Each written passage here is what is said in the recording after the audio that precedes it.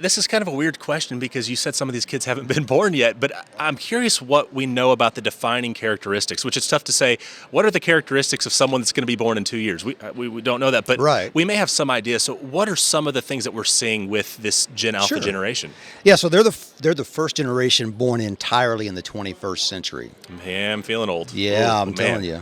I was at the store the other day, and they said, you want the senior citizen discount. And I was like, what? It's the first time I'd ever been asked that. But anyways, they, born entirely in the 21st century. And let's be honest, childhood has changed. It's different than when we were kids. Yeah. So Gen Alpha's in a new generation with kids that are growing up in a world far different than what we grew up with. Very technology driven. They have never known a world without apps. They're born into technology, not adapted to it. They're born into it. That's what they're born into. Social media is going to be a big part of their lives, of course. On internet, so forth. I always say if you want to get a family meeting, just turn off the router and they'll come running. Especially if you have older kids. You turn off the router, they're coming. So they're immersed in technology. Smartphones, I think like 50% of 11-year-olds have a smartphone already. And so they also, which we are growing into, but they're born into, is instead of typing, talking. Hey Siri. That's they never know a world without Hey Siri, right? So they do a lot more voice activation stuff than we did when we were, first introduced to technology at our age. On demand, they're very used to on demand. When we were kids, cartoons came on Saturday morning. If you missed it, you just missed it. There was no on demand to watch it. But of course, now they can pull up anything at any time. Very, very educated. 50% will have a college degree. Living arrangements, they're coming from a wide variety of families. Blended families, single-parent families, all the different arrangements, living arrangements. They can have unlimited knowledge. They can go to YouTube and find out how to fix anything. You ever done that before? Went on YouTube to find out how to fix something? Oh, yeah. Either fix it or make it worse. That's right. Yeah. That's right. I've got a sink right now that really needs it. Oh, yeah, for sure. Their attention span it used to be the stat was 1 minute for every year of your age. Like if you're one, you have about a minute. 2-year-olds, you have about 2 minutes to keep their attention. I really believe with Gen Alpha, it's seconds.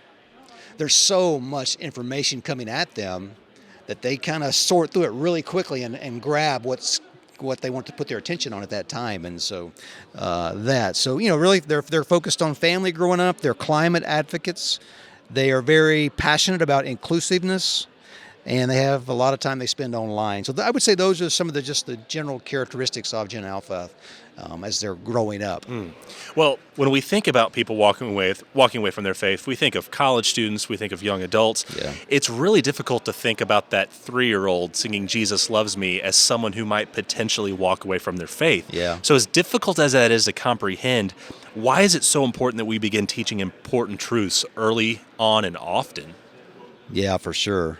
There's a quote that has really seared into my mind. George Barna, he said, in the race to a child's heart, the first one there wins. Wow. And so we've got to get there first.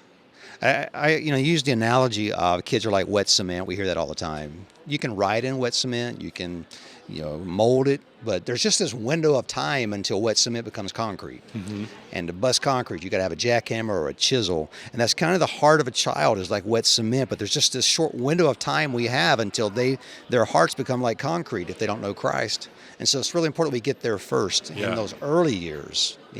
Babysitting, nursery's not babysitting. It's preschool. It's ministry at one of the most important time in a person's life. Those first 2 or 3 years, so many brain connections are being made.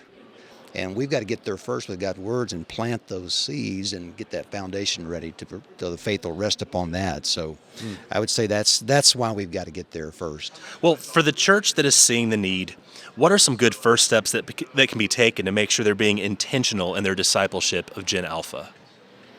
Yeah, I think, again, it all comes down to relationships. And we've got to lead our volunteers to know that.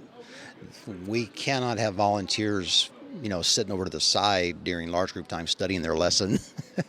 Some of them, I think, study their lesson almost at the stoplights on the way to church. I've seen it happen. But been back there in the back. Instead of, get in there with those kids. In the 90s, in kids ministry in the 90s, a lot of churches and I did this, would put video games, in the rooms for the kids to play pre-service. Mm-hmm. But I don't do that anymore because these kids are video gamed 24/7. They probably played a game on the way to church on their phone. or their little Wii thing that they have, game console. And so I changed that, took out the video games, and we have put in like the big Connect 4, big checkers, things that just not staring at a TV, but things they can engage with those kids. Jenga, is that how you say it? You pull the blocks out? Mm-hmm. All those physical games we put in there instead of video games because the kids love them and gives you a chance to interact and talk with them face to face. Yeah. And pour into them. Because the saying, people don't care how much you know until they know how much you care. And so I try to help our volunteers understand that you're going to build those relationships face to face. So, man, every minute you're there, be engaged with those kids.